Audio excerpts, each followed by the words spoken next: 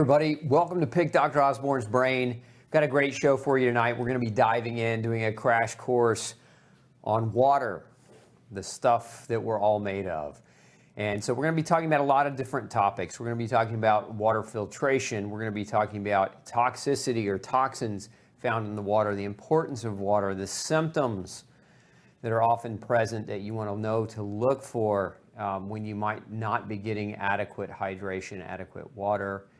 And so stick with me. We're going to dive into all these things tonight. So if you're new to the show, say hello. Don't be a stranger. Let me know where you're tuning in from, where in the world. So say hello and list your city, state, country, etc. And if you've got questions, as always, make sure you go ahead and start punching those in now. I'm going to do those on a first come, first served basis, and we'll answer as many as we have time to get through tonight within our time. So let's talk about water. So water is critical. You know, humans are, generally speaking, depending on who you ask, but we're approximately, let's get different color, there we go.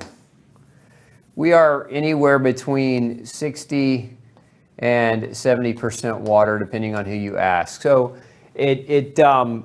it's the vast majority of what we're made out of. And so water plays a big role in a lot of different things. So it's important that we get adequate quantities of it. And really, the way I want you to think of water is water is an essential nutrient.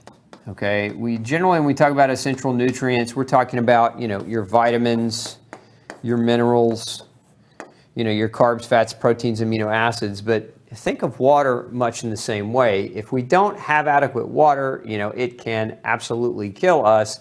Dehydration can get bad enough. There are a number of different symptoms that are associated with low water. We'll get into those in a minute. I want to talk about functions of water first. So one of the main functions of water is actually blood flow. And this is, you know, again, the dynamic of blood flow is our blood is a fluid, it's a liquid. And so if we are dehydrated, the viscosity of our blood can actually increase. Now, think about this as it relates to a number of different conditions, medically speaking. If we're, again, dehydrated, we have an increased viscosity of blood. This increased viscosity increases blood pressure. So in turn, when we have increased blood pressure, we increase pressure on the heart.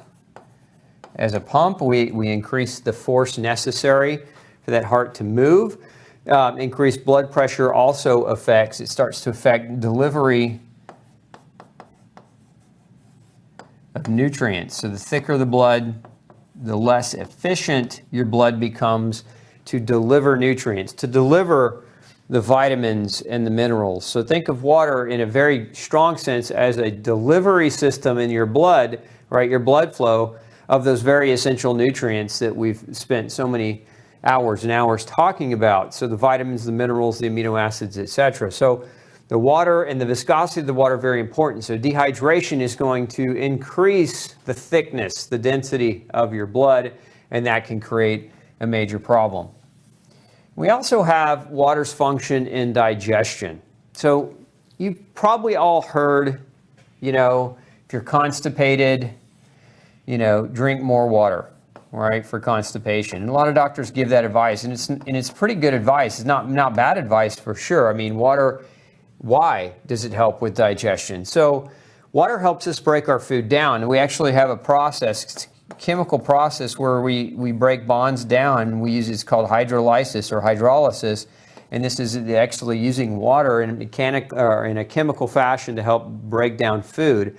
But water is also important within our digestive tract to help push food through, especially when you combine it with fiber. You get more bolus bulk, and then that helps to drive the food through you. If you don't have enough water and you end up with constipation, right? So your food just sits inside of you. That can actually contribute to putrefaction of that food. So if you don't have a bowel movement, and I've had patients come to see me, they have 1 or 2 bowel movements a week. And think about that in terms of toxicity. That food just sits inside of you. It's not moving anywhere. It's not digesting well. Again, this is hydration as it relates to digestion. And as that's happening, that food can rot.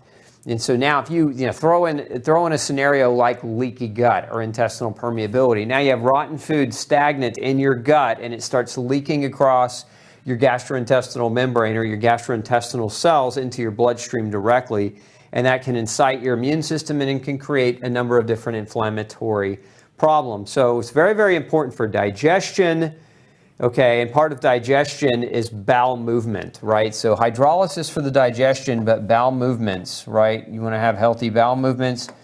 One of the quickest ways to overcome constipation for many people is just making sure you're getting adequate water. And so we'll talk about that in just a minute, but bowel movements, very, very important. Respiration, breathing, right? So when we breathe, there's fluid that comes out. And so breathing is one of the ways that we do gas exchange. So this is exchange of carbon dioxide, okay, with oxygen.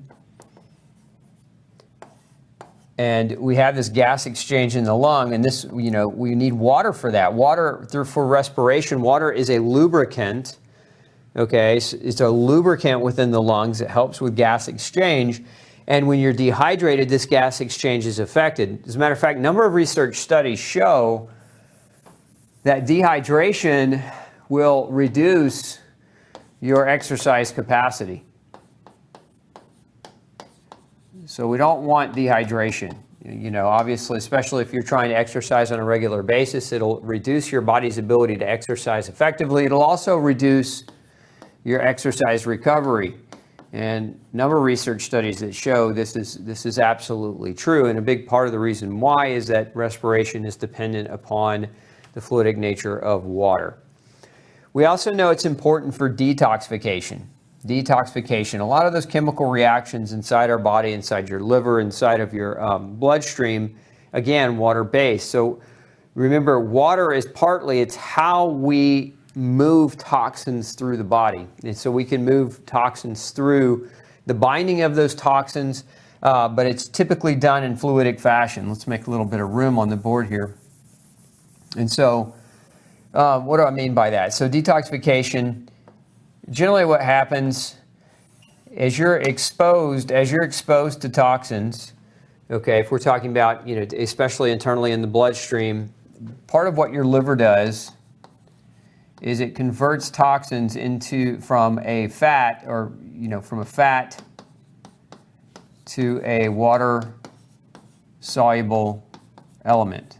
So many of the toxins that we're exposed to in day-to-day life are generally they're fat soluble or hydrophobic, if you will. And then what the liver helps to do is it helps through a number of different chemical processes, converts this fat soluble toxin into water soluble toxins, which is how we can now get it into the blood, right? And preferably once it's in the blood, we can excrete it through our kidneys. This is how we detox, right? There's 4 primary channels of detoxification. One excretion route is kidneys. One excretion route is through the sweat. One excretion route is through the lungs. And one excretion route is through the feces, through your poop. And so these primary areas of detoxification. It's important, very, very important that the liver can do its job to convert things to water soluble. Again, water is the way that we move these toxins through the body. And so detoxification, very dependent. And if you look at, like, for example, detoxification within the brain, so if you struggle with brain fog or if you suspect leaky brain, memory issues, etc., remember that your CSF, your cerebrospinal fluid, also needs water. And this cerebrospinal fluid, when you have adequate quantities, and you have nice flow around the brain where the brain can dump its toxins, and those toxins can then be poured into your lymphatic system. And so, lymphatic drainage also part of detoxification that requires water. So detoxification, very, very important. A lot of people with chronic dehydration do a poor job, right, of detoxifying. And then when you throw in kind of day-to-day things that a lot of people do on a regular basis, from that toxicant standpoint, is they drink alcohol, right? Or you take medicines. And alcohol and medicines can damage your liver, right? And so that is going to affect this conversion here of fat to water soluble toxins. And so what happens when you can't do that is that stuff gets stored. You can't turn it into water, it gets stored in fat. And this, my friends, is what I like to call angry fat. So when your body can't get it out, it doesn't want it in your bloodstream. Remember, toxins in your bloodstream are reactive and they're going to create damage. So your body does everything it can either to push it out through detoxification or to store it in your fat to get it out of the circulation so it's not damaging your tissue concomitantly all the time. And again, this is why fat can become angry. And so a lot of times what happens when people go on weight loss, calorie restricted diets, things of that nature, they get the symptoms of detox, right? They start having symptoms of detoxification because what's actually happening is they burn that fat, okay? It's releasing the toxins, okay? And this is why it's so important to drink enough water when you're doing a detox. Otherwise, that angry fat just puts toxins into your bloodstream, and then again, it just becomes a recirculating issue. So very, very important aspect to detoxification. If you're on alcohol, if you drink a lot, if you drink that glass of wine every night, some people say it's not that much, it's just one glass a night. That's too much. Alcohol is not designed to support your health to any great degree, especially not a lot of the modern alcohols today. Why? Most alcohols that people drink today are full of glyphosate, which is that pesticide that disrupts the GI tract, but most of them also don't just come as alcohol, they come with tons of sugar added to them, particularly corn syrup. Most of your mixed drinks and things of that nature that people do, your wines, again, high sugar, oftentimes in high added sugar. And again, the mixed drinks are even worse. And then you may be on medications that affect your liver, and some medications affect the kidney too. So we're running out of room here, but one class of medicine, particularly that can impact the kidney, are diuretics. So if you've been told you have high blood pressure, oftentimes doctor puts you on a diuretic. Diuretics cause loss of water, right? They're water, oftentimes called water pills. They cause loss of water, which is in essence just a medically induced dehydration, and that also can be a problem. And this is where a lot of people get in trouble, is the medicines themselves are not only damaging the liver, but inducing the dehydration. And then again, it starts to now affect, we look at dehydration. Okay, what does that do to blood flow? It increases blood viscosity, puts more pressure on the heart. What does that do to blood pressure? Raises it. And this is why oftentimes when you get put on that diuretic, they don't work very long. Your doctor has to add other classes of medications to it in order to get your blood pressure regulated, because they're working against your body instead of with your body. Okay, and then one of the last functions of water is movement, motion. So think of water, it's a lubricant, right? It's a very, very important lubricant. And so your joints need water. Your muscles are about 80% water. And so that movement, that generates heat and friction with exercise. You need water, or you can get chronically injured. You need that lubrication, or when you get injured, when people injure out of exercise, generally what happens is they stop exercising because the pain is too great. And when we don't exercise, then our muscles and joints deteriorate even faster. It's, oftentimes what we refer to, when doctors used to put people on bed rest, they would get worse, not better. And the reason why is when you're on bed rest, your joints deteriorate, they atrophy, your muscles atrophy. So again, if you're dehydrated and you're trying to exercise aggressively and you injure out and you go on bed rest, to heal or nurse that wound, you actually can damage your joints even further through inactivity. So water's so important. Again, and we could talk for hours about water, but I want you to just walk away with some really fundamental understanding of basic things, right? Blood flow, digestion, respiration, detoxification, and joint lubrication. So those are the big functions of why you need to make sure you're getting adequate water. Let's also talk a little bit next about some of the symptoms associated with dehydration. And so I will say this too, there have been a number of research studies. Hydration is a funny thing. It's been being studied for years and years and years. And we still don't know everything that we need to know about hydration and water, but I want to give you some fundamental basics, right? So what we see in people with dehydration, Okay, common symptoms of mild to moderate. Key here, mild to moderate. Okay, so mild to moderate dehydration are dry mouth, tongue, thirst, headaches. There's actually been studies that show that headaches, including migraine headaches, are improved dramatically when people just stay hydrated. Lethargy or fatigue, okay, dry skin, muscle weakness. So again, strength training, if you feel like you're getting weaker, lightheadedness is a very common symptom, dizziness, and a lack of focus. This is all just the early stages potentially of dehydration. And this can happen very quickly, folks. Like you could go and you could exercise aggressively and sweat really aggressively, be mildly dehydrated for the rest of the day. So if you find yourself, after your exercise, you're tired, you're dizzy, you can't focus or concentrate, you may be looking at your hydration as playing a potential role in this, especially if you're a heavy sweater, okay? Now, some of you may say, I don't sweat at all, and some of you may be heavy sweaters. It's one or the other in my experience. And so if you're a heavy sweater, when you do your exercise, if you're pouring, okay, if you're that person that leaves the pool on the equipment after you get up, right, this is something you want to think about, especially if you're struggling with headache, lethargy, brain fog, fatigue, dizziness, those types of symptoms for the rest of the day after your exercise. Now, with severe dehydration, symptoms can be even worse, right? So we get kind of greater degrees of dehydration, can present with sunken eyes, lack of tears. In other words, you can't produce them very effectively. Sunken fontanelles, it's the areas on the side of the head. Hypotension, which is low blood pressure. So again, in this case, it's the opposite. You actually get hypotension with tachycardia, which is an elevation in heart rate. So heart pounding, heart racing. Again, this is severe dehydration. This is late stage. This is, potentially you're going to need to be in the hospital and be IV'd to regain it. And then again, worst case scenario, you pass out and potentially run the risk of dying. So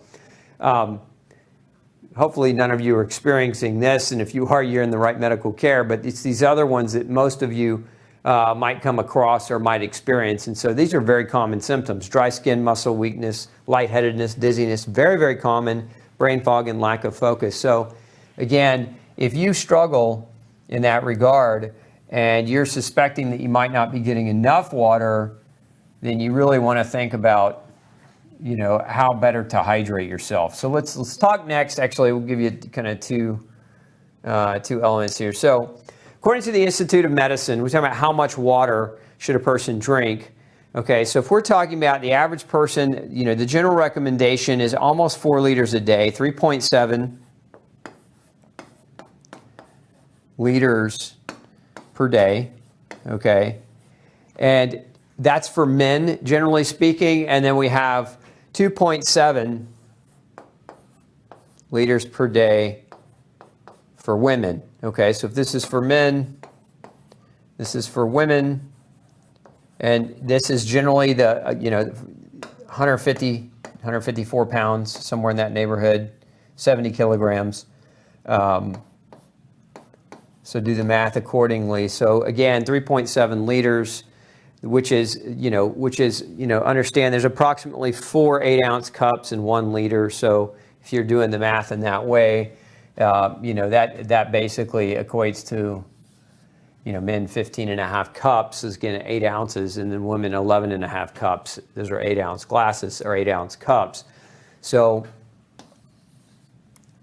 problem with that is not everybody's the same, right? Not everybody needs that much water, and some people may need more depending on who they are. And so there are factors involved with hydration that have to be considered. And one of the factors when it comes to drinking water is, let's change the color here. One of the factors is how much do you sweat? So again, what I was saying earlier about heavy sweating. Another factor is your size, your weight. Another factor would be your exercise. Another factor would be your diet, what you eat. And the reason why in your diet, if you eat packaged processed foods, those are largely foods that are dehydrated. They have lower water content. But if you're eating fresh, okay, so if your diet is fresh, you're actually getting quite a bit more water. So you increase your water when you eat fresh food. You decrease your water when you eat packaged foods. Packaged foods typically a lot lower in total water content. So if you're eating a lot of veggie, even if you're eating, freshly cooked meats, there's going to be a large percentage. Remember what I said earlier, muscle is 80% water. When you're cooking that meat, there's a lot of water in it. So you're getting quite a bit of water from the solid foods that you're eating. So don't forget that, because a lot of people do this. They'll sit there and they'll run to the bathroom. They'll try to get to this level, right? This 15.5 cups a day. And they'll spend the majority of the day running to the bathroom, right? They'll be finding themselves urinating, 8, to 12 plus times a day. And that can interfere with your quality of life, but it also could be too much because you can overdrink too. And so remember, if you overconsume water, you can actually hyperhydrate. If you hyperhydrate, you can actually dehydrate yourself depending on the type of water that you're drinking. And we'll talk more about that in just a minute as well. So hyperhydration can be a problem as well. You can overdo it. And so that can create some of the health issues in and of itself. So again, don't think you need to exactly look at these things here. Now, other things that we might consider with water, if we're going off it, so we got, 1 is sweat, 2 is size, 3 is exercise, 4 is diet. Number 5, I would say, is your thirst mechanism, listening to your thirst mechanism. Now, there's some research studies that show that by the time you're thirsty, you're already dehydrated. We've actually seen a number of military studies where they're studying soldiers, and so by the time they're actually thirsty, they're already dehydrated. But that being said, you still have to look at thirst as a mechanism, and you have to think about things that can increase thirst. So there are certain diseases that can increase thirst, and diabetes is a big one. So if you are high blood sugar, one of the side effects of too much sugar in your bloodstream is it increases the thirst mechanism, right? So it makes you more thirsty. But thirst, you should also remember there's an intuitive intelligence that your body has. We can study these things all day long in science, but if we fail to listen to the message that our body's trying to deliver to us, then we failed, right? So listening to your body, listening to your thirst mechanism. And so this sometimes, again, by the time you're thirsty, you may already be dehydrated. But learn how to pay attention and learn how to be intuitive with your body. So again, you have to take into consideration all these parameters, okay, and be intelligent about how you consume your water. And don't just think, I need to follow this 15.5 cups a day, because if you're a sedentary couch potato, but you have a good diet with a lot of fresh food, and you don't exercise very much, and you're a small person, and you don't sweat a lot, you might not need 15.5 cups a day. So again, the way I like to judge it, clinically speaking, and it's worked really, really well for my patients, is a lot of times we look at these different factors, okay? But then we also look at how many times they're going to the restroom in the course of a day. We also sometimes we ask the question about bladder anatomy. Some people have small bladders, and hydration doesn't have a whole lot to do with this per se. So again, if a person has a very small bladder and they find themselves having to go to the bathroom very, very frequently, we may not be able to use this in our calculation. So bladder anatomy, very important. But normal bladder, small bladder side, person having a normal bladder, 6 to 8 times a day is a good amount if they're full urine voids without the influence of diuretics. And remember, what are the most common diuretics that people get exposure to? Aside from blood pressure medicines, caffeine. Caffeine is a big one as far as affecting the water balance. So if you drink a lot of caffeine, a lot of coffee, teas, and things of that nature, you have to also consider that this is a diuretic and can increase this number here. But 6 to 8 is a good number of times to basically let your kidneys flush out the toxins from your body, because remember, one of the functions of urination is to excrete toxins, which is why we want to stay hydrated. We want to have enough water to hit this level, but we don't want to have so much that we're actually causing dehydration, because water is also a diuretic. Remember, the more you drink, the more you pee. And same thing with caffeine and caffeinated beverages. Okay, let's talk about water quality. This is a big issue here. From a water contamination perspective, there are no governmental regulations or limits for more than 160 contaminants. Okay, so that's kind of scary when you think about it, because you look at you see the signs when you're driving into some cities classified as a great water town or clean water town. That I don't think you can so much trust. And one of the examples I'll use here is those of you who remember Flint, Michigan. So Flint, Michigan had high levels of lead that was leading to massive health issues, okay? And one of the reasons why is their piping was old. The infrastructure of the city's piping system was old, and it was leaching lead into the water. Now, older cities have lead solder on their pipes, and that can leach. The older it gets, it leaches. And so it leaches into the water.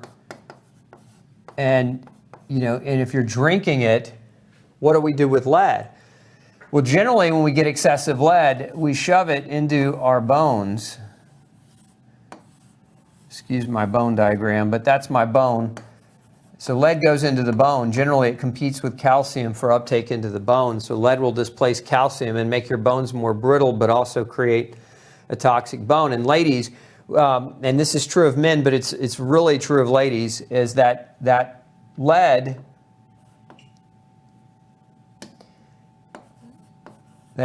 will leach as you get kind of 38 to 40 and your bone mass slowly starts to decline naturally. The lead leaches back into your blood, and so now you're getting lead contamination of your blood. And remember that lead, as a metal, as a heavy metal, displaces iron, so it can affect your hemoglobin and your oxygen carriage, displaces calcium, displaces magnesium, it can displace zinc and copper. So lead can really do a number on your minerals. And so this is a common contaminant in water. This is one of the reasons why with the way that we live in this world today, there's so many different chemicals that we're exposed to. There's so many different heavy and toxic metals that we're exposed to. It's not just lead. Other metals that we get exposed to on a common basis, nickel. So we get nickel, we get cesium. These are commonly, I find them all the time in people that come to see me. The nickel, the cesium are things that we can find in the water, and even sometimes I'll see cadmium. And I've seen some people where their water supply was contaminated by landfill. And landfills, there's a lot of batteries. The nickel dicad batteries leach into that groundwater and can create some contamination that can end up in your water. So this is one of the reasons why, those old filters, that people buy, those pitcher filters, the one I'm talking about, it just has a handle on it, and it's got like a little carbon fiber cartridge.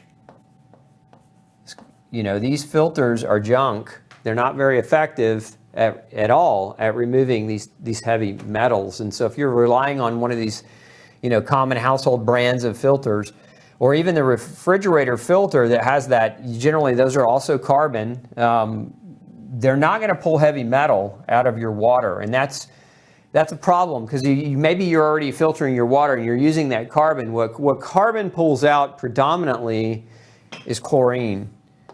That's pretty much what carbon is. It also can pull out bromine, but it's not going to pull out heavy metal. And this is why those people in Flint, Michigan got in a heap of health trouble, because they were being massively contaminated by lead. And of course, lead it's toxic to the kidneys, it's toxic to the bone. Lead displaces your minerals and creates all kinds of health issues. And that's just the beginning. That's just lead. Right? That's all we're talking about, just lead, not the other toxic or heavy metals or the other groundwater contaminants. So, drinking water today, most cities will add chlorine, they'll add chloramine, they'll add bromine, they'll add fluoride. And this is stuff that's being added. These are, disinfectants or antimicrobial. So they're designed to prevent, infectious microorganisms from contaminating the water. Whereas fluoride is done because of the ADA, the American Dental Association recommends fluoridation to the water for cavity prevention, right? Which is junk science in my opinion. But that's what's standard, even though we know fluoride's a neurotoxin. Not a healthy thing to be drinking in large quantities at all.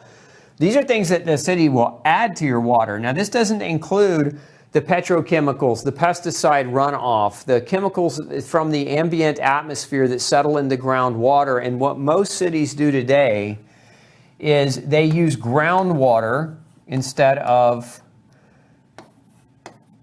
typically ground surface water. So instead of pulling the water from underground where it's had earth to filter some of the contaminants out, most cities today are using surface groundwater, which is highly, highly contaminated by our polluted environment. And so what they do is they don't filter it very, very well. They add these different chemicals in, and then that goes to your house. I was reading a report not very long ago. It was a report presented by the Associated Press, and what they found was massive water contamination of drugs. So you've got ground surface water that's contaminated by chemicals just from ambient pollution. Then you also have medications that are being found in the drinking water. This problem has actually become so big that many towns have instituted a turn your medicine back in policy. So if you've got a prescription at home and you didn't use it all, they don't want you to flush it down the toilet because it's starting to show up in the drinking water. And city water filtration plants are not designed to pull this stuff out. In my town, in Houston, we have 42 prescription drugs that have been identified in the drinking water. This is after it comes to your house. This is after the city has filtered it. Right, and of course, Houston is one of the largest cities in the country, in the world. But most industrial cities, it's the same. And the reason why is we have all these adults. We have billions of prescriptions for medicines being written a year, and of course, a lot of that stuff either ends up in somebody's toilet unmetabolized, so they're peeing it out, and not all the drug is metabolized, so it's showing up in the water. Or people flush their drugs down the toilet when they don't use them sometimes, and it shows up in the water that way. So if you don't want to take medicine, then take this seriously. I mean, many of you are taking medicine involuntarily, right? And I think that report where that came out, they were trying to defend it. They're saying, yes, we found 42 drugs in the water, but it was in really low doses. It doesn't matter because when you add multiple chemicals together, even in low doses, in biochemistry, there's a law of synergism, meaning when you add more chemicals together, there's a synergistic effect that's unpredictable. Now add 42 together, and you have a massive, unpredictable, unknown entity of what's coming into your body. And remember, you're 60 to 70% water, and so this is, a potential. Your drinking water is a potential to deliver all these contaminant, toxins, pollutants, drugs, etc., directly into your temple.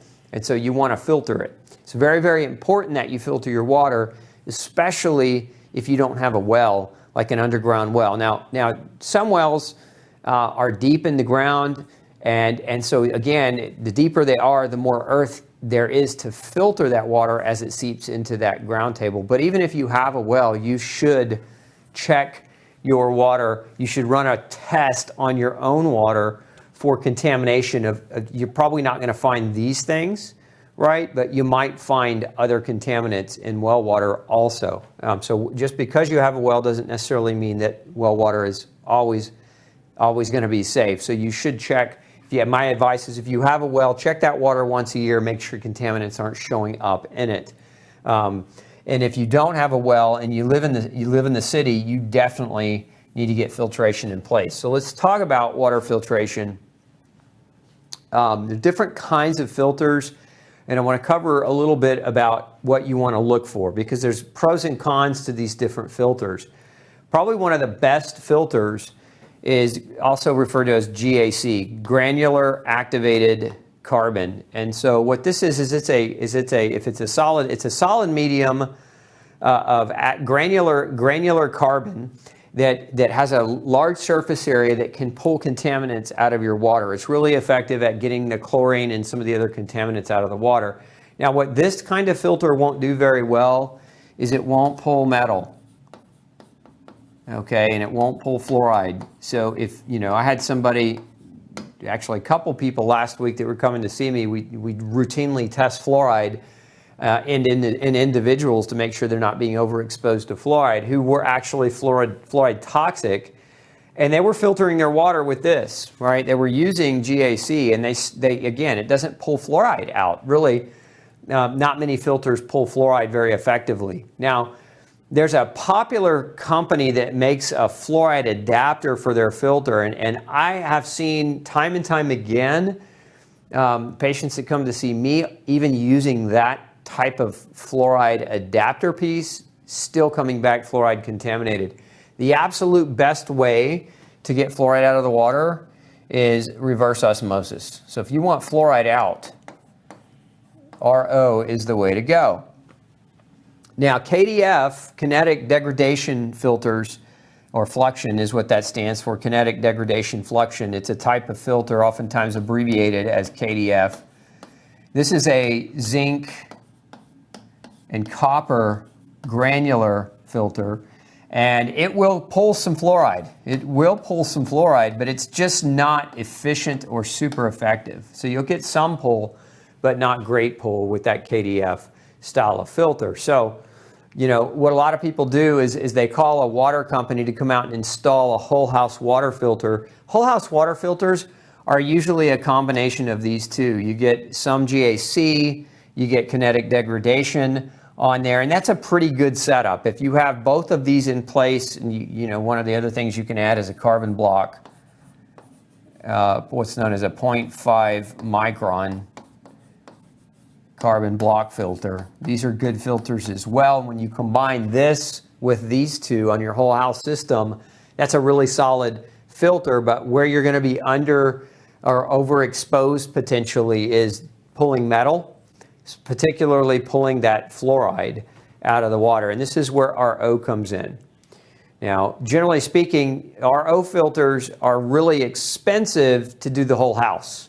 Priced somewhere in that 10 plus, sometimes even up to 20,000. Again, pretty expensive type of system for the whole house. But where these work really good is if you have this type of filter in place for your whole house, and you have an RO under your sink in your kitchen for your drinking water and for your cooking water, right? And so you can get an undermount sink RO filter for in the $500 range, so they're not overly expensive, and they last a really long time. So if you're buying bottled water to drink out of, that's something else we're going to talk about here in just a minute. You don't want to do that. You don't want to buy bottled water to drink out of. Actually, let's just go ahead and talk about it. If you're buying bottled water, you're like, I don't need to filter. Here's a problem with bottled water. Most bottled water companies, when you actually analyze the water, it's no better than tap. Now, that's not true for everyone, but a lot of your cheap brands, your store brands and things of that nature, some of them actually are tap water. They actually take the water. I know there's one particular company, they actually, on their bottle it says, water comes from the Cincinnati water system, meaning they're just basically pouring tap water from the city of Cincinnati into plastic water bottles, and they're selling that as a healthier alternative for drinking. So a lot of your bottled waters are no better than tap, and so I don't really recommend them.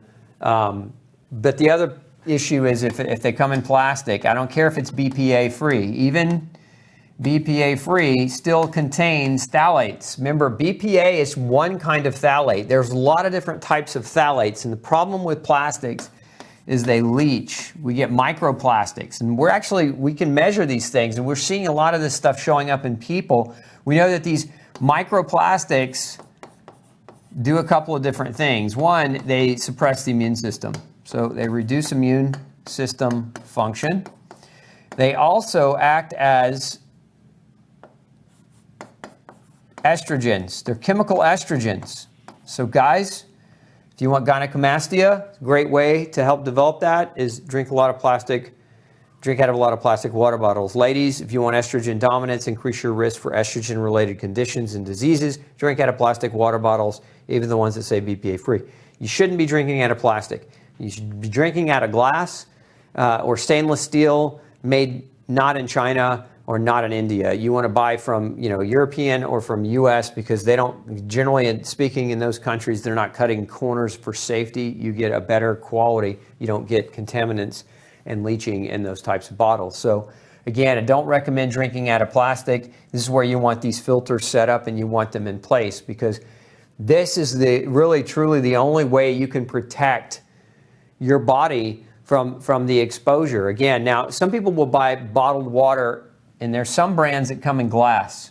So bottled in glass, that's fine, right? So if you want to buy bottled water, there's some companies that are spring waters, several different brands that do glass bottling. That would be okay. That would be an option. Some of them actually will deliver, the big 5-gallon jugs to your doorstep for all your drinking and cooking. But I still recommend you do this, and one of the reasons why is when you shower or when you bathe, remember, your skin absorbs the chemicals from the water into your body. When you shower, you absorb those chemicals, but you also inhale the steam from the shower water. And so those chemicals can end up inside your body. So again, you're trying to protect yourself, from the modern world as best as you can. Remember, use filters so your body doesn't have to be the filter. Remember, the dirtier your body's filter gets, the sicker you can get. So be very, very cautious around your water. Again, I recommend GAC, KDF, plus carbon block on the whole house. Okay, this is especially if you live in the city, and then an RO filter to pull that fluoride out. Because again, the only thing that's going to pull that fluoride out effectively is RO. I've seen this time and time again. I can't tell you how many hundreds and hundreds of tests I've seen where people were filtering their water, but were still fluoride toxic. And these were people that weren't using fluoridated toothpaste and weren't being exposed to fluoride other than in the drinking water. Their filters that were claiming to pull fluoride out were just not doing the job effectively. So filtration becomes very critical, becomes very important. Okay. Now, if you're using RO, let's talk about electrolyte, because one of the issues when I say RO, I'm referring to reverse osmosis, right? RO. One of the issues is it pulls minerals out of your water. And many of these minerals are electrolytes. And of course, one of the factors in hydration is electrolyte, right? So it's potassium, chloride, sodium, magnesium, calcium are all part of the electrolyte family. And so when you're pulling those things out, you want to add them back in. Okay, so if you're using RO water, it's good to have an electrolyte supplement to add them back in. One of my favorites is ultra electrolytes. It's what I add back in, because in my office I have an RO filter. So like what I'm drinking out here, this is stainless steel produced in Switzerland. It's contaminant free. And so I use an RO filter within my office, and I add, for every 20 ounces, you add about a half a teaspoon of ultra electrolytes back into the water, so that you can get those minerals back in. Because a lot of times if you drink RO water all the time and you're exercising regularly, trying to take care of yourself, one of the symptoms that we'll see develop in people that are electrolyte depleted is muscle spasm. So we'll start to see cramping occur. We'll start to see things like eyelid twitching or generalized muscle spasms or muscle cramps or muscle tightness. It's one of the earlier signs of electrolyte depletion. And so you want to make sure you're getting those electrolytes back in to your water if you're filtering with RO. Okay, I'm going to open it up for questions. Let's see what we got today.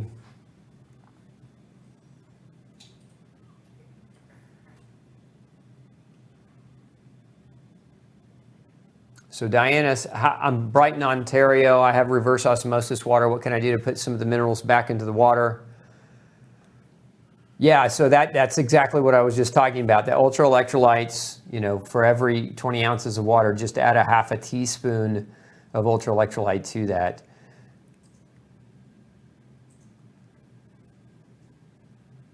Yeah, so a lot of you talking about water contamination, several mentions of Flint, Michigan in the feed there. I think in today's day and age, you have to take personal responsibility. We've outsourced too much of what we should hold our cities, our counties, etc., liable for doing the jobs that our taxpayer dollars are going to do, like take care of the water and not poison us. But today's topsy-turvy world, it's kind of like Alice in Wonderland out there. You really have to step up and be and protect yourself, and that's unfortunate. But I encourage all of you, to look at how governments have broken trust in the last many years. Look how government has gotten in bed with pharmacy. They've gotten in bed with food industry. And it's really, in my opinion, been a mass contamination of toxins, a mass contamination of chemical exposure in our foods. And so people are being slowly poisoned to death by the powers that be and those rules and regulations and laws that are in place. They're not really all that super protective. So you have to really take greater efforts to protect yourself. Let's see here. So Donna's asking about painkillers. It's not part of the topic, but I mean, if you're going to temporarily take a painkiller, I mean, I would look at what is natural, what you can do naturally, like mixing vitamin C and quercetin. I have a combination of things. We use 5 grams of vitamin C and 5 grams of quercetin for individuals that want to get support of their inflammation. You can also use, we have something called white willow complex, which is a derivative of white willow bark and boswellia, and these things work synergistically together to help regulate inflammation.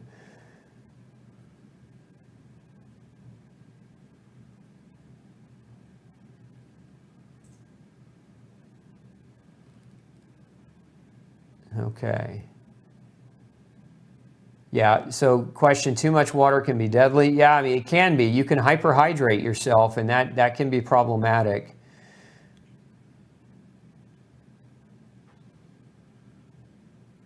Water around here is contaminated with all kinds of things. Can only afford a chlorinator. Have any suggestions? A chlorinator, I would certainly not use a chlorinator where you're putting chlorine per se in your water. We want to get the chlorine out. Remember, part of the problem in today's world, why we want chlorine out of our water, chlorine is an antibiotic, right? Chlorine's a natural antibiotic, but it's also a halide. And as a halide,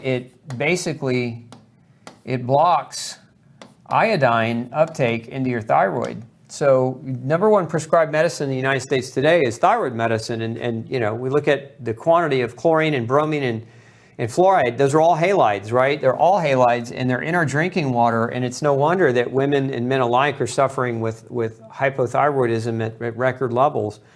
It's because those three things, those three halides, interfere with iodine absorption by your thyroid gland. But you also have to know they act as antibiotics, so that they can destroy your gut flora. So you don't necessarily want a chlorinator. You want to remove chlorine from your water. Again, what I would be recommending would be a good carbon, granular activated carbon, combined with KDF and reverse osmosis. Those three would take you far in terms of getting solid water cleaning effects. So somebody's asking, are there more health benefits from hydrating with alkaline water only? Not in my experience or opinion. There's not really all that great science to support alkaline water. And that being said, again, don't go spend thousands and thousands of dollars on a water alkalinizing machine. You can filter your water appropriately. You don't necessarily need alkaline water, but eat foods that have alkalinizing effects as well. And guess which foods have alkalinizing effects on the body? Real food, right? So if you're eating a real whole foods diet, you don't need to spend thousands on a machine that basically alkalinizes the water.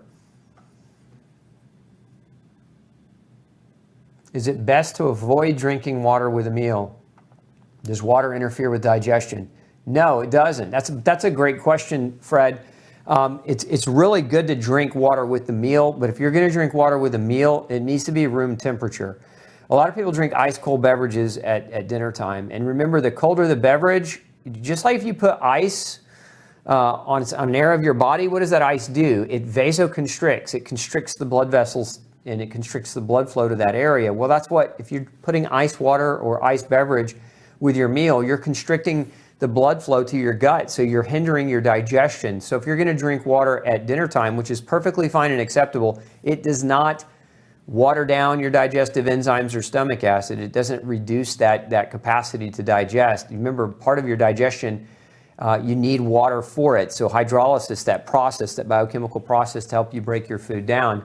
But again, just make sure that water's room temperature. Let's see, doctors tell us to restrict salt, but when we are dehydrated, they give us IV fluid, which is just sterile sodium water. Sodium, yeah, I don't see the question. Yeah, it's common. Doctors will tell you to avoid salt. But again, salt is one of the things that can help rehydrate. It's part of the electrolyte family. Let's see, what tests can I find to test my water? Any specific mineral tests? Will a whole house water filter? Okay, so let's answer part one of that question. There's a company called National Testing Laboratories, and you can purchase a water testing kit online. I think their website is watercheck.com. Go check them out. So that's a good way to independently get a water test done for your home. Will a whole house water filter be as effective as a drinking and shower filter? And do I need a chlorine filter for my garden? Yeah, I mean, that's why I recommend a whole house filter, because if you have a whole house filter, when you run that hose to your garden, you're not spraying chlorine all over your garden and getting chlorine salt and other garbage like fluoride into your soil where you're trying to grow healthy organic food.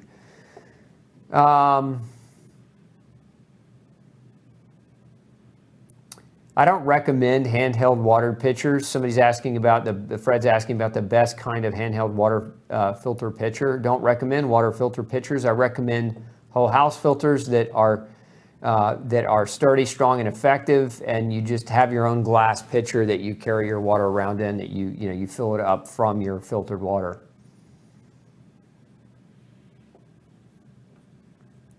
Let's see here. So, is it true that glycogen sticks to water blood volume 3 times more than sodium in hypertension? I can't say whether that's true or not. When eating a high-protein diet, is more water beneficial? Not necessarily. Again, adequate water. Don't think of it in terms of I need more water. Think of it as adequate water for who you are as a person. Again, height, age, weight, exercise, quantity of sweat, bladder size, all factors that you should be correlating in to try to hit that level of hydration adequately. Can dehydration cause urinary urge incontinence? Yes. When I exercise outside and sweat a lot, I sometimes can't get to the bathroom quickly enough. Yeah, it can, Cheryl. It absolutely can. Something else I didn't mention about dehydration symptom-wise, we mentioned headaches, but we didn't mention kidney stones, and that's one of the other things in the literature that not enough water has been linked to. And so the reason I say that is many of you might have an issue with kidney stones, and if you do, if you have an issue with kidney stones, it's even more important to drink adequately. Kidney stones can be very, very painful. Painful, some would report as painful as pregnancy or delivery. Kidney stones, and another is UTIs, urinary tract infections. So not drinking enough is associated with an increased risk for the development of urinary tract infection. Again, lots of fluid flowing through your kidney reduces both of those kidney-oriented or kidney-related issues. Let's see.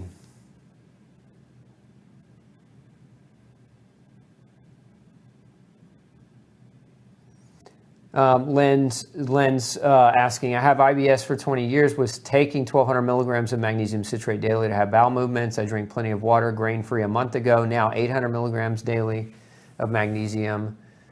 keep reducing to go off. So she's asking me, does she keep reducing that magnesium? Because a lot of times what happens, I think what Lynn may be kind of relating to here is that when you go grain-free, if you're gluten sensitive and you go grain-free, a lot of times that cleans up your constipation.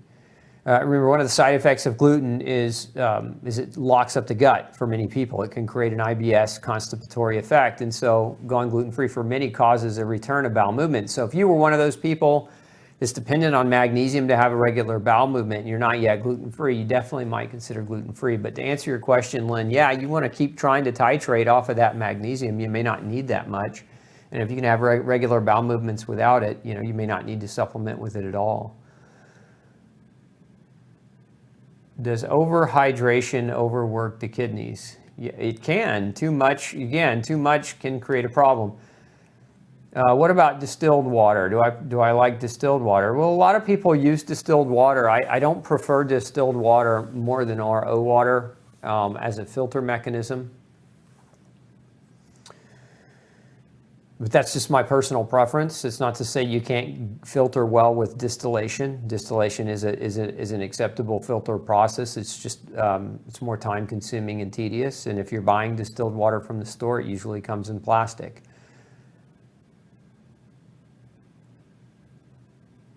Are fruits and vegetables good enough for hydration, or does it have to be only water? For some people, fruits and vegetables, depending on the kind, some have more water content than others. But we're here in the summer months. Watermelon is pretty high in water content, as are many of your other summer fruits. But I'd say that question depends on what you're doing, Dahlia. Some people, again, are aggressively exercising, and so eating some fruits and vegetables may not be enough, especially if you're sweating aggressively.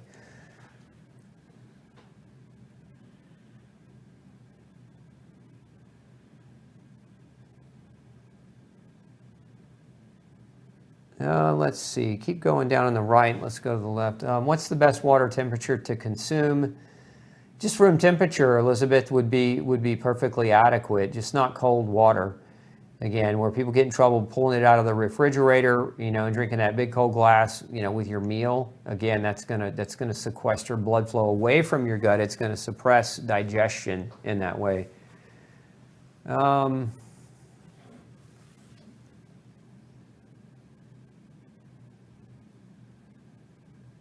Is fasting for a week okay? It depends on what you're doing it for. It can be. Where you have to be careful with fasting for that extended type of fast is food reintroduction can sometimes be problematic and can create, some issues. But my advice is fasting for that period of time. I definitely make sure that you have some kind of guidance as you're doing it, because it can get sticky. A 7-day fast can get sticky. 3 days, most people can pull off relatively easy. 7 days, if you don't know what you're doing, you can hurt yourself. Elizabeth's asking about parsley water being a natural diuretic. It is, but is it recommended to drink for a long period of time? No. Why would you need to drink a diuretic for a long period of time? Most people that are taking diuretics either have fluid retention problems in their feet, or they have high blood pressure issues. So the bigger question to ask is, why the fluid retention? And there are a lot of reasons why fluid retention occurs nutritionally, or why the high blood pressure? Again, a lot of reasons why that can happen. What water system is the best? If you live in the Houston area, there's a company that we recommend, just because they're the company I've been using for years. They've installed a number of my water systems for my patients locally. So if you're in the Houston area, I will put a link up to the company. They're a good company, Pure Water Systems. If you're not in the Houston area, you've got to find somebody in your area that has a good reputation, right, and knows what they're doing. I always say, look for the guy who's the water nerd, right? The one who says, I like water and I want to talk about water, and they'll talk your ear off about water because they're passionate about what they do. They're passionate about filtration. That's how you know you've got somebody good. Another way that you know you've got somebody good is if they come out to your house and actually test your water before making their filter recommendations. Because, sometimes depending on where you live and what kind of contaminants are in your water, different filters or different levels of filter mediums might be better for you in particular. And that's where a water nerd comes into play. And if you can find that person in your town, then you can feel confident that they're going to help you get the right system installed for your home.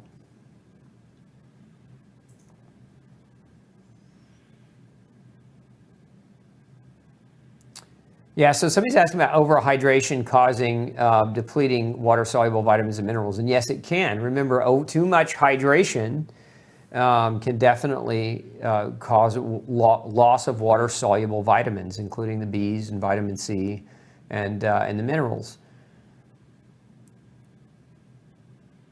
Do ROs filter out glyphosate? Nobody's tested that specifically to my knowledge.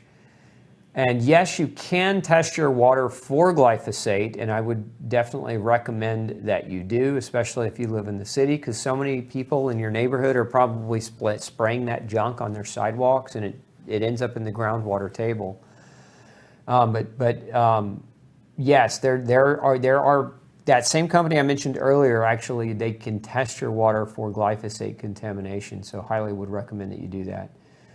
I think I talked about fluoride already.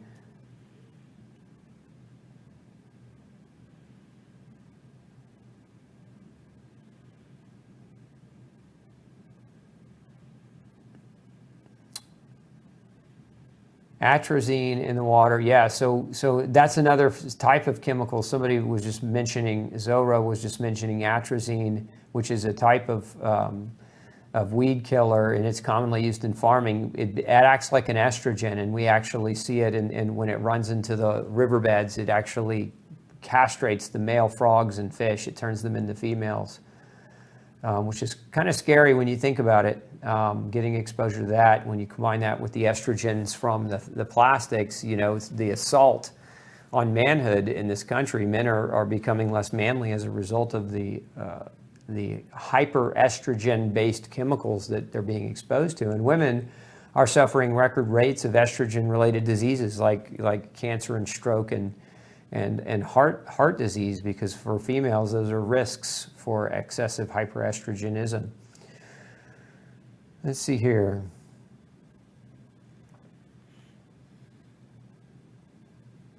Let's see, keep going down on that side. Is Celtic sea salt good to add to water? I mean, you can. Some people do really well adding salt to their water, depending on, again, on their hydration status.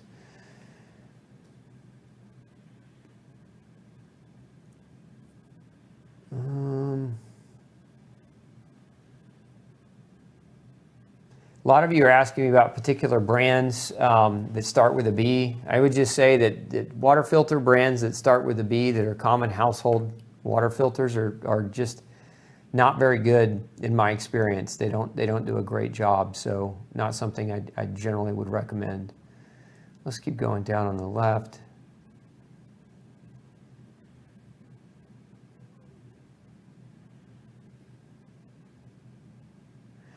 If someone who had heart surgery is having to take diuretics, will they have to stay on diuretics for life? No. I mean, you have to understand, Cher, the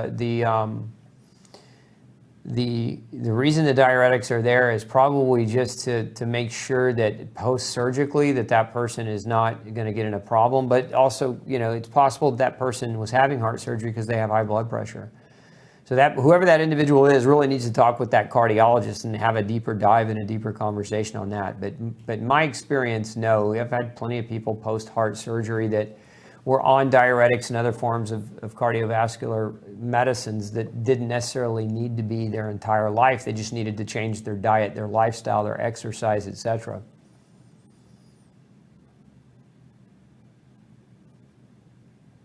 Let's see.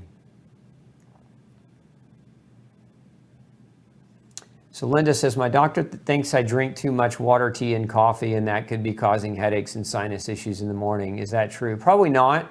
Not unless your coffee's contaminated with mold. I'd say if you're having sinus headaches in the morning, you know, there's a strong possibility you might be around mold, or there's a strong possibility that that lack of movement through the night, that a lot of times when you lie down at night, you wake up with more congestion in your sinuses because you're not dehydrated, or you're not detoxifying adequately. And so that can be for a number of different reasons. Some of the more common ones would be food allergies. Some other common ones would be nutritional deficits. So those are things I would encourage you to look at.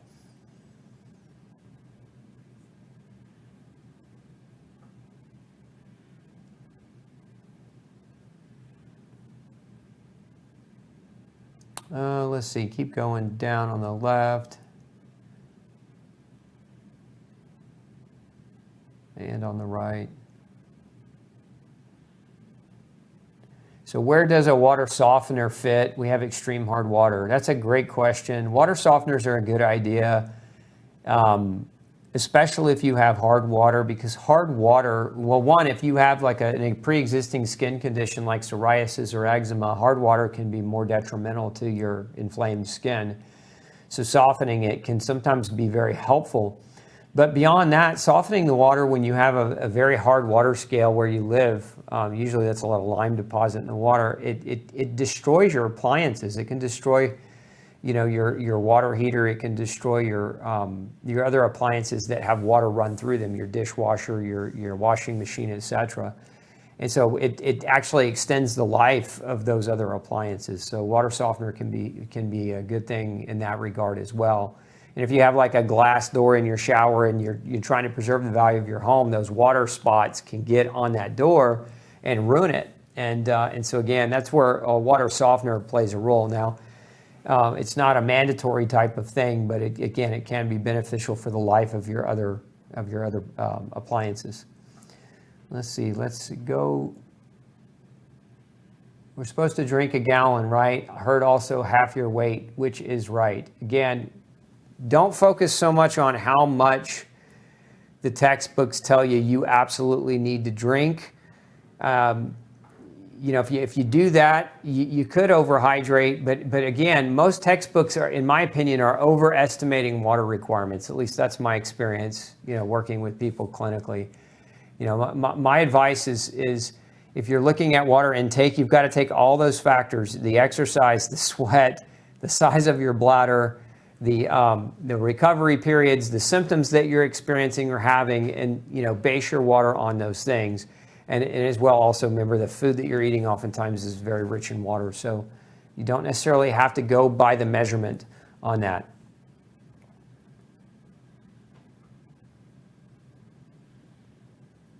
So overhydration oftentimes Lang wants to know, how do you know if you're overhydrated? A lot of times it can come along with nausea, and even in some cases, overhydration leads to vomiting and can lead to diarrhea. So those would be some of the common symptoms that you might experience if you're overhydrated.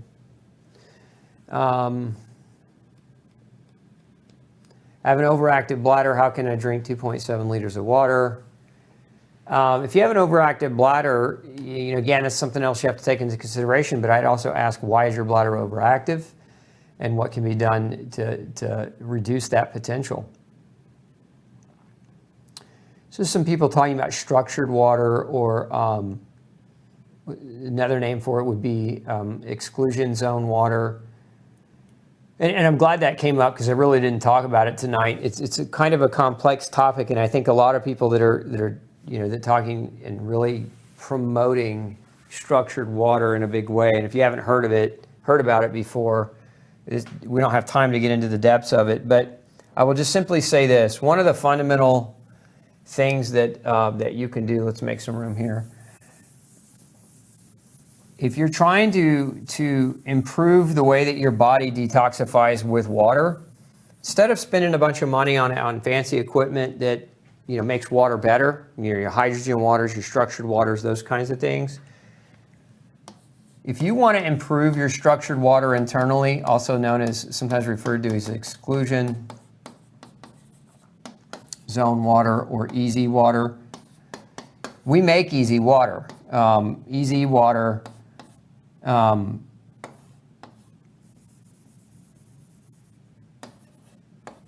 Easy water happens in your body naturally when you're exposed to sunlight. So if you want your water to work better, you want your hydration to work better, you want your water to work better, expose it to sunlight. Sunlight energizes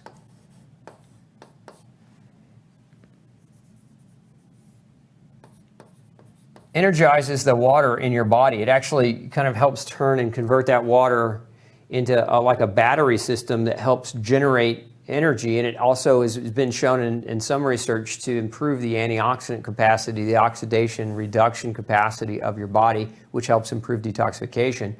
So by being adequately hydrated and getting adequate sunshine, you actually convert the water in your body to something called exclusion zone water. For those of you, again, if you don't know what that is, you can look up the scientist Gerald Pollack, and you can watch some of his work. He's a molecular biologist. He's been studying water for years, and he's made some fascinating discoveries. And anyway, if you look up exclusion zone water, you can read more about it and get a better idea. But the best way to help your body get more exclusion zone water is number one is sunshine, hands down. Number two would be to drink or to eat food, because food itself, real food, when I say eat food, eat real food, because food like your plant foods that contain fruits and vegetables contain heavy amounts of exclusion zone water as well. So you get it from Mother Nature, better than just trying to buy a machine and make a bunch of it.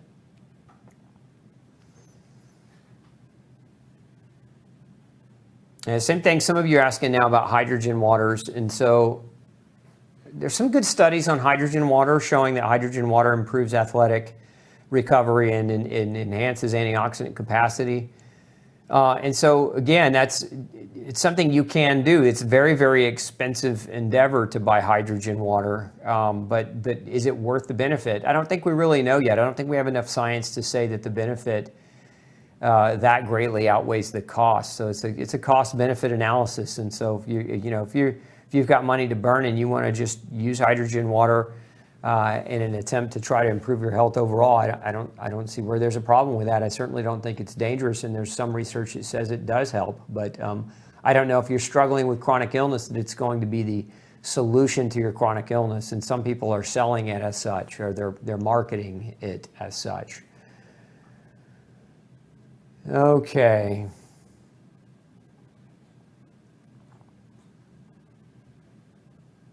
Okay, so we got so many more questions that are coming in. I think we're out of time, folks, so we're really going to have to wrap it up.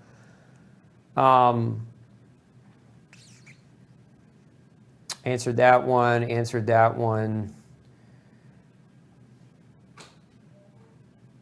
So the questions coming in about stainless steel thermoses and pans that are made in China. Do you trust them? No, I don't. I don't trust Chinese manufacturing. We've had too many recalls.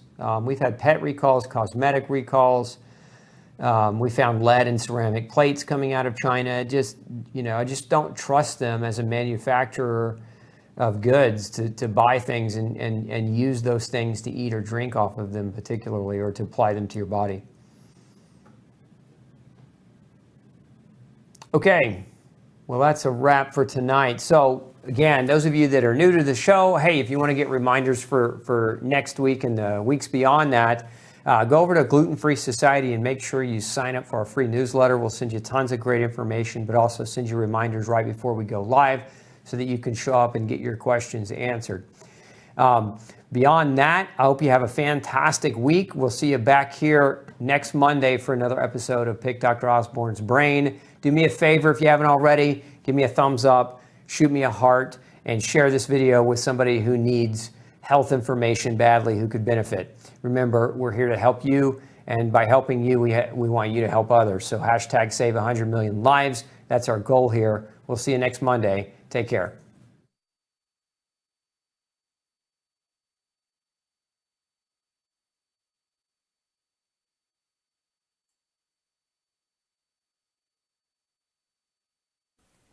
Hey, don't forget to tune in next week, same time, 6 p.m. Central Standard Time, for another Pick Dr. Osborne's Brain show. Bring all your toughest health questions to me. I look forward to answering them. And before you leave today, make sure you hit subscribe. And once you do, click that bell. That bell is going to allow us to remind you right before we go live. But it's also going to allow us to remind you when we come out with other video content all week long. We've got lots of episodes coming your way all week long, and I don't want you to miss anything. So again, subscribe, hit that bell so that you can get notified when we have that new information put up for you. Thanks so much, and I'm wishing you excellent health. Have a great week. We'll see you next Monday night.